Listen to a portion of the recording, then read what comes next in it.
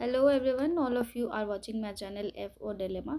सो guys, आज की इस वीडियो में हम लोग बात करेंगे कि पार्लियामेंट के जो दो हाउसेस हैं, इंडियन पार्लियामेंट में दो हाउसेस हैं, लोकसभा एंड राज्यसभा। तो इन दोनों हाउसेस के बीच में क्या डिफरेंस है, क्या फ़र्क है, पॉइंट वाइज समझेंगे ताकि आपको क्लैरिफाई हो जाए इन दोनों के बीच का फ़र्क क्या है। तो बिना देर किए लेट्स स्टार्ट द वीडियो।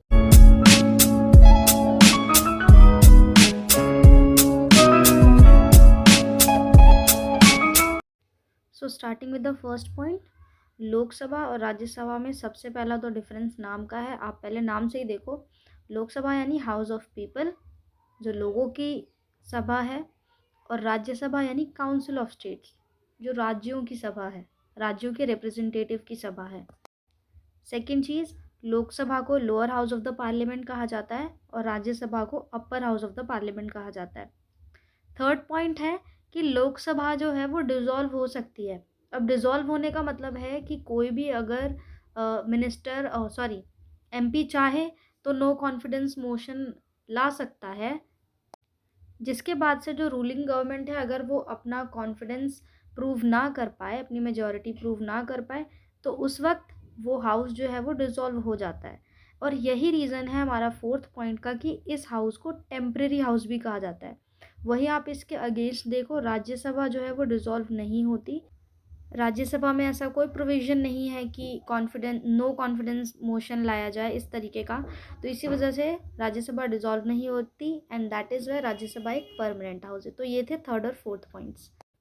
अब बात करते हैं ये दोनों हाउसेस के हेड्स कौन होते हैं। तो लोकसभा के जो हेड होते हैं वो होते हैं स्पीकर, और राज्यसभा के जो हेड होते हैं वो होते हैं वाइस प्रेसिडेंट, जो कि उस हाउस के चेयरमैन होते हैं।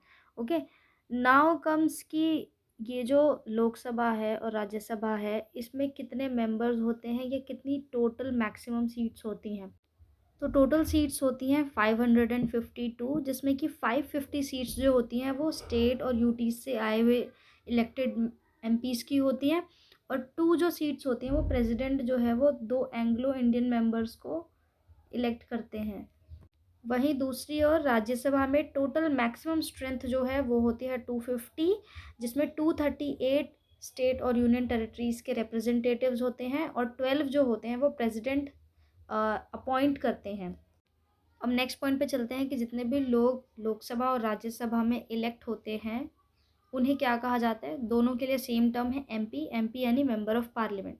ठीक है, अब एज लिमिट की बात करते हैं कि कितने लिमिट तक कितनी एज वाला, मिनिमम एज वाला पर्सन लोकसभा का मेंबर बन सकता है और कितनी मिनिमम एज वाला पर्सन राज्यसभा का मेंबर बन सकता है। तो लोकसभा का एमपी बनने के लिए यानी मेंबर ऑफ पार्लियामेंट बनने के लिए मिनिमम एज जो है वो है 25 ईयर्स, और राज्यसभा का मेंबर बनने के लिए वही एज है 30 ईयर्स। नेक्स्ट पॉइंट जो है वो इसी पॉइंट से इंटरलिंक्ड है कि जो एमपीज़ जो आते हैं इलेक्ट होकर लोकसभा या राज्यसभा में, वो कितने टाइम तक रहते हैं उस हाउस में। तो जितने भी लोकसभा के मेंबर्स होते हैं वो 5 ईयर्स के लिए रहते हैं, लेकिन अगर कोई नो कॉन्फिडेंस मोशन आ जाए, उनके ऊपर कोई एलिगेशंस आ जाए, तो उनका टेन्योर ख़त्म हो सकता है। लेकिन कॉन्स्टिट्यूशनली अगर देखा जाए तो उनका जो टेन्योर होता है लोकसभा का मेंबर बनने का, वो होता है 5 ईयर्स। और वहीं राज्यसभा में जो भी मेंबर बन के आता है, मेंबर ऑफ पार्लियामेंट राज्यसभा का, उसका जो ऑफिस का टेन्योर होता है वो होता है 2 ईयर्स। लेकिन यहाँ पर राज्यसभा के केस में एक चीज़ ध्यान देने वाली ये है कि राज्यसभा के बारे में मैंने आपको पहले पॉइंट्स में बताया था कि ये एक परमानेंट हाउस है। तो परमानेंट हाउस के लिए आप यहाँ पर एक पॉइंट लिंक करो कि राज्यसभा में क्या होता है, हर 2 साल बाद 1/3 मेंबर्स जो है वो चेंज होते हैं और उनकी जगह पर अगले मेंबर्स आते हैं, न्यू मेंबर्स आते हैं।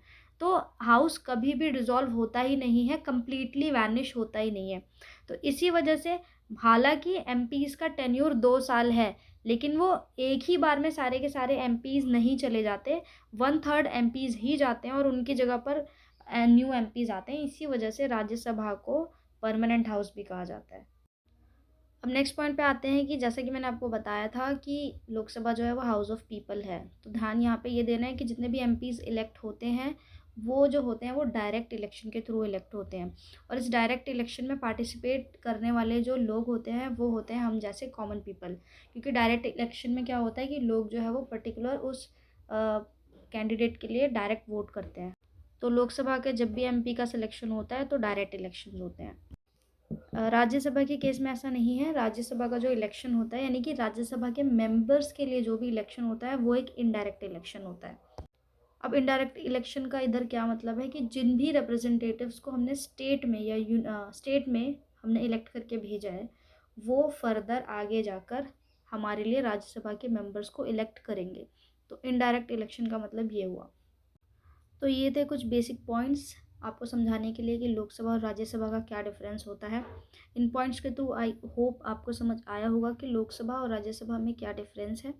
अगर इसके बावजूद आपको कोई डाउट है, you can ask me in the comment section, and I am hoping कि इन पॉइंट्स से आपका जो कन्फ्यूजन है लोकसभा राज्यसभा को लेकर वो क्लियर हो गया हो।